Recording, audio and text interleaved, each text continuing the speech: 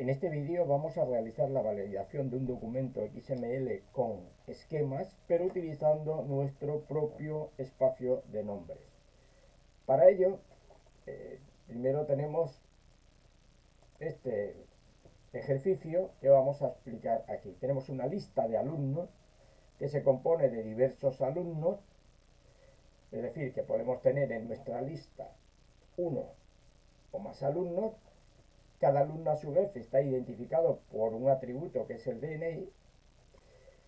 Cada alumno tiene tres elementos básicos que son el nombre, la dirección y el teléfono, donde la dirección y el teléfono pueden ser elementos repetitivos, quiere decir que puedo tener uno o más de ellos, y que la dirección tiene calle, número, ciudad, provincia. Y dentro del atributo de las provincias vamos a utilizar dentro del elemento de provincia vamos a utilizar un atributo que se llama enumeración para que nuestra validación sea más concisa, es decir, evitar que personas que no cumplan esa condición de provincia pues se pueda validar. Es decir, en este caso hemos puesto Castellón y Alicante.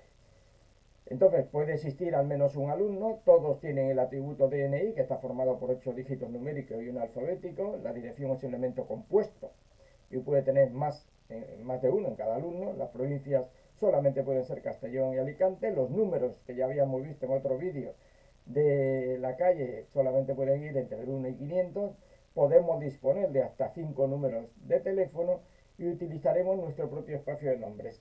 Vamos a tener un problema al utilizar nuestro espacio de nombres a nivel, digamos, de URL, y para solucionarlo utilizaremos nuestro espacio de nombres de manera local.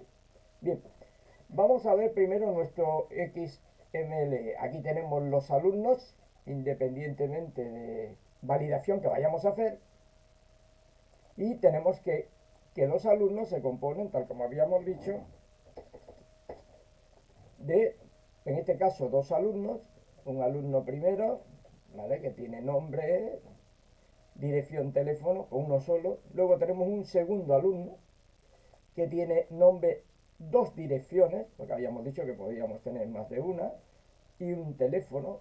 Si tuviera, pues tendríamos un segundo teléfono. Vale, entonces, una vez que hemos definido esto y basado en los vídeos anteriores, vamos a irnos al XML, cómo debemos formarlo.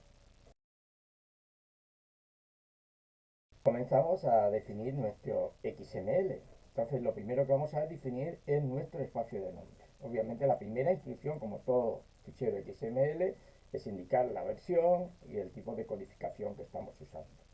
Donde cambiamos a partir de ahora es que si nos fijamos en cualquiera de los ejemplos que hemos realizado hasta ahora, lo que le poníamos era que nuestro espacio de nombres, utilizaba el XSI, es decir, el estándar, contra el estándar establecido. Entonces, en este caso, nosotros vamos a decirle que tenemos P, alumno. ¿Qué significa eso? Que nuestro espacio de nombres le hemos definido con el prefijo P. Entonces, tenemos nuestro elemento raíz, que era alumnos, con P, alumno. Le decimos dónde tenemos nuestro espacio de nombres P, en lugar del XSI que utilizábamos antiguamente, o el XS, lo tenemos aquí. Le vamos a decir dónde lo tenemos. Lo tenemos en Yegadea tal, en ese sitio. Bien, luego tenemos que indicarle cuál es el estándar en el que nos basamos para hacer este tipo de validaciones. Y el estándar, tal como lo vemos ahí, es lo mismo que utilizábamos hasta ahora en todos. Es lo mismo, el W3 o el OGX, que es el sistema estándar. Y ahora viene una cuestión que hasta ahora lo teníamos. Le indicábamos dónde estaba nuestro espacio de nombre, pero le decíamos que no teníamos una localización de espacio de nombre, es decir, que no estábamos usando espacio de nombre. Ahora sí que le vamos a indicar que tenemos una localización, que sí que tenemos un espacio de nombre, ¿vale? Y que le asignamos a ese espacio de nombre la ubicación. Bien, lo normal es que esto yo hubiera puesto la dirección de mi espacio de nombres, que ya la había indicado aquí, y a continuación hubiera puesto esto que está aquí, ¿vale? Que es la dirección con el fichero y el lugar donde está ubicado. ¿Qué ocurre con esto?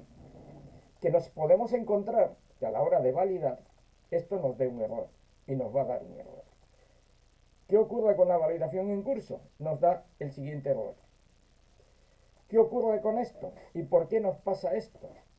Entonces, nos pasa esto por una sencilla razón. El sitio web donde tenemos nuestro documento, nuestro espacio de nombres, con el XSD para validar, tiene un problema de protocolo, que no tiene la certificación SSL y no permite soportar ese protocolo. Entonces, por consiguiente, para saltarnos esa situación, simplemente le decimos que lo vamos a validar contra nuestro espacio de nombres que está de manera local. Aquí dejamos un espacio, esto es, se supone donde teníamos nuestra dirección, nuestra URL del espacio de nombre por defecto, y lo que le estamos indicando es que el documento lo tenemos de manera local. Efectivamente, lo tenemos en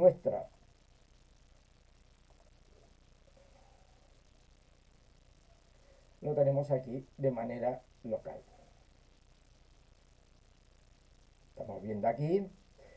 Reitero, si nos encontramos con el problema de que nuestro servidor web no dispone del certificado SSL, no nos permitirá realizar una valoración porque no nos soporta el protocolo.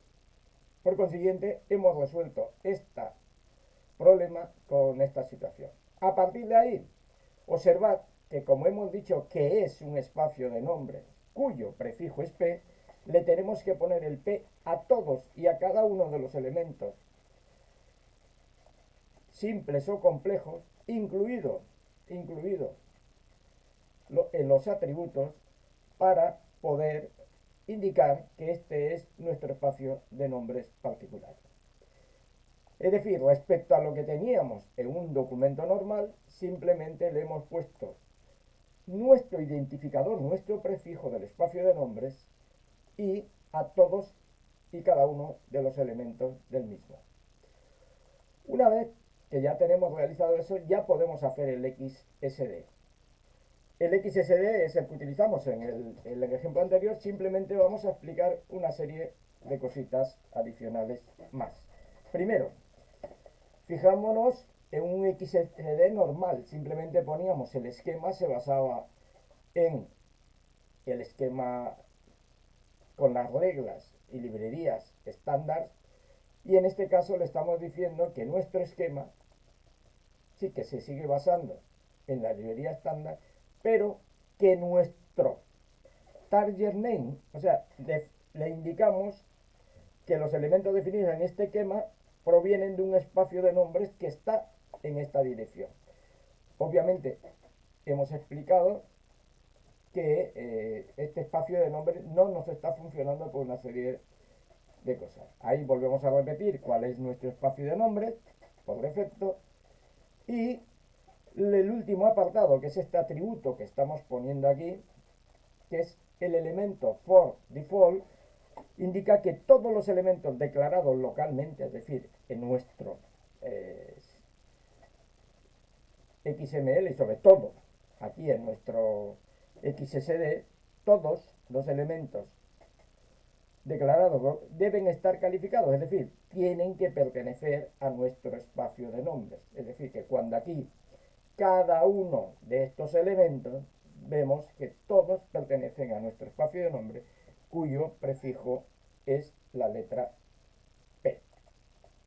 ¿Vale? Una vez hecho esto, vamos a explicar cosas que hemos hecho adicionales a lo que tenemos en el vídeo anterior. Es decir, todo esto lo hemos realizado, que era un elemento, primero le hemos agregado el elemento raíz nuevo, que es alumnos, en lugar de uno, que le decimos que podemos tener alumnos como máximo unbounded. Unbounded significa ilimitado, es decir, como cuando en cualquier relación de base de datos ponemos de 1 a n, pues esto sería el n, es decir, no le ponemos una cifra, podríamos haber puesto 1000 alumnos, podríamos haber puesto 50, etcétera. Entonces, nuestra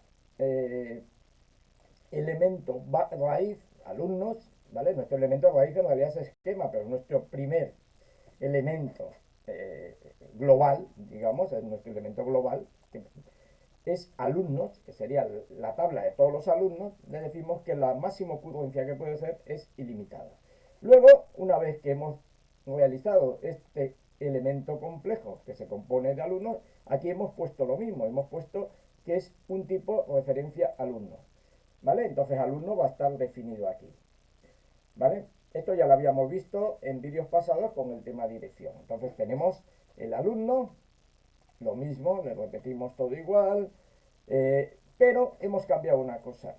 Le hemos dicho que las direcciones pueden ocurrir entre 1 y 2, es decir, obligatorio tiene que tener una, ¿vale? Y como máximo puede tener dos direcciones independientes.